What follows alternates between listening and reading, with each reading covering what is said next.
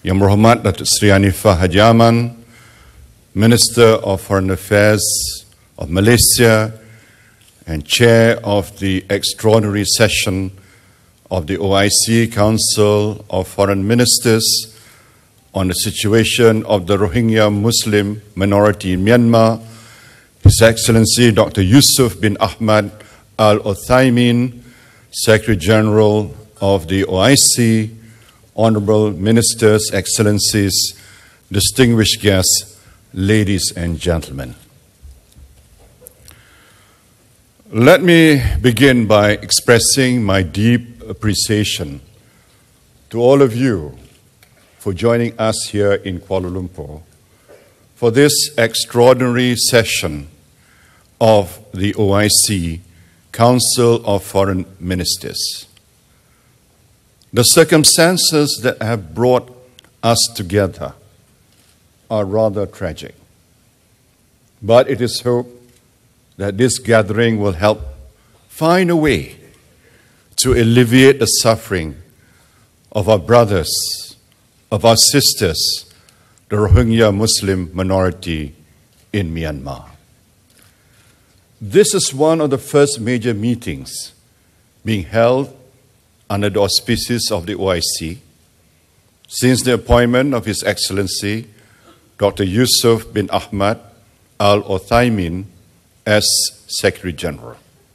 Your Excellency, I'm delighted you have been able to join us today, and I'm confident that under your stewardship, this noble organization will continue to achieve even greater heights in the cause of Islam and the Ummah. Malaysia has always been amongst the staunchest of supporters of the OIC, as far back as its founding, when our first Prime Minister, Tunku Abdul Rahman, was elected the organization's first Secretary General. Ladies and gentlemen, the humanitarian crisis in Myanmar's Rakhine state is a cause of great and immediate concern to us all. The loss of life cannot be disputed. And in Islam, the right of life or the right to life is the first and foremost basic right, as stated in verse 32 of Surah Al-Ma'idah. Whoever kills a soul, it is as if he had slain mankind entirely, and whoever saves one, it is as if he had saved mankind entirely. Far too many people have lost their lives in Myanmar.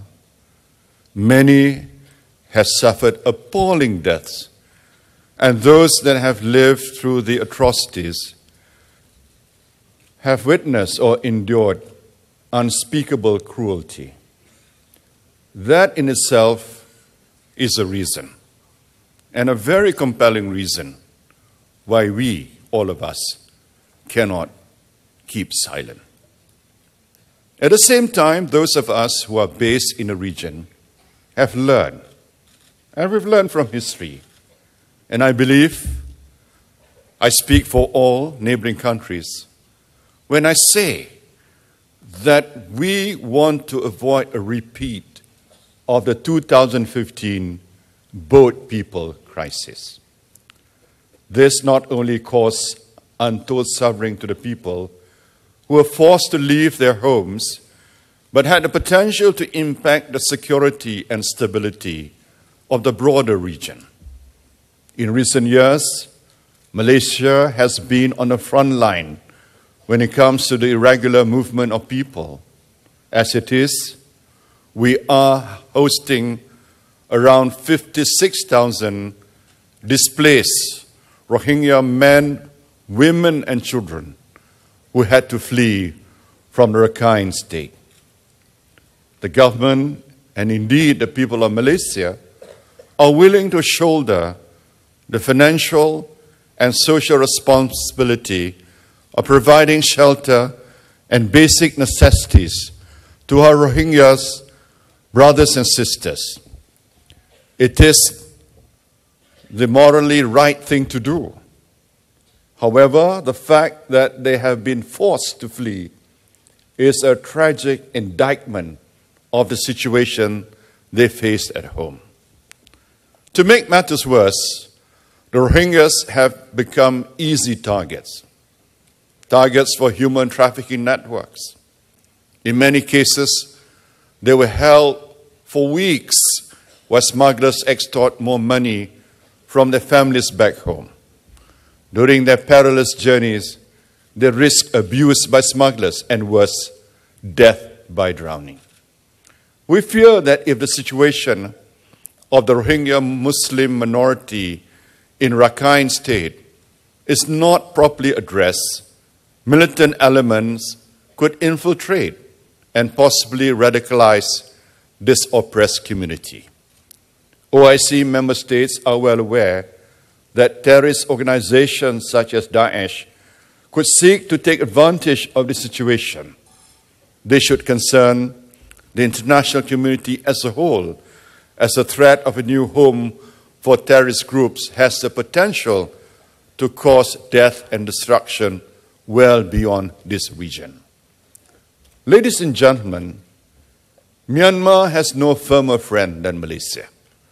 We supported our near neighbors when they were alone and friendless. We fought for the inclusion in ASEAN. We resisted efforts to punish and isolate them. And we did so because we recognize that Myanmar is too large, too important, too significant to be left out in the cold. It is part of our region and a part of our community of nations. We recognize the unique characteristics that it possesses, its people, its natural resources, and of course, its strategic location. Among the member states of ASEAN, it is alone in sharing land borders with both China and India. Just as significantly, we recognize and continue to recognize the resilience and commitment of the Myanmar people, which enable them to shake off the chains of dictatorship in a peaceful, moderate, and mature manner. The political process that they have made since then is testimony to our faith in Myanmar, its government, and its people. It is a source of pride and hope for all those who believe in peace over violence and indeed democracy over dictatorship. So, let me say this. As a true and long-standing friend to Myanmar, I say this, and I say this from the bottom of my heart. It is time to end this crisis. Ladies and gentlemen, how should it be resolved? For a start, the killing must stop. Period. The violation of women and girls must stop. Period. The persecution of your fellow men and women simply on the grounds that they are Muslim must stop. Period. The denial of basic rights to your fellow human beings must stop. Period. I say to our friends in Myanmar, prove yourselves worthy of your great traditions and history again. Be equal to the words your father, the father of your independence, General Aung San, delivered in 1946, and I quote what he said.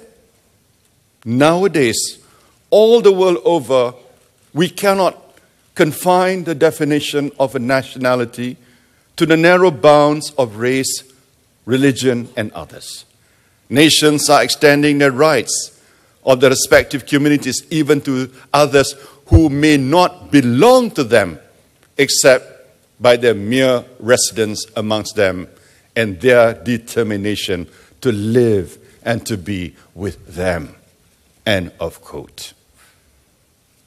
Ladies and gentlemen, while we have been compelled to take a public position on the situation in Myanmar, I wish to make clear that there is no stronger supporter of the principle of non-interference in the internal affairs of sovereign countries than Malaysia.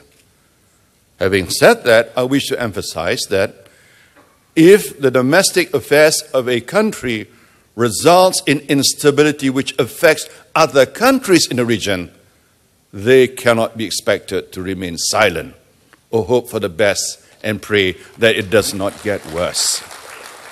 Surely, under that circumstances, they should be given the latitude to express their concerns effectively in a manner that would help address the pressing humanitarian situation.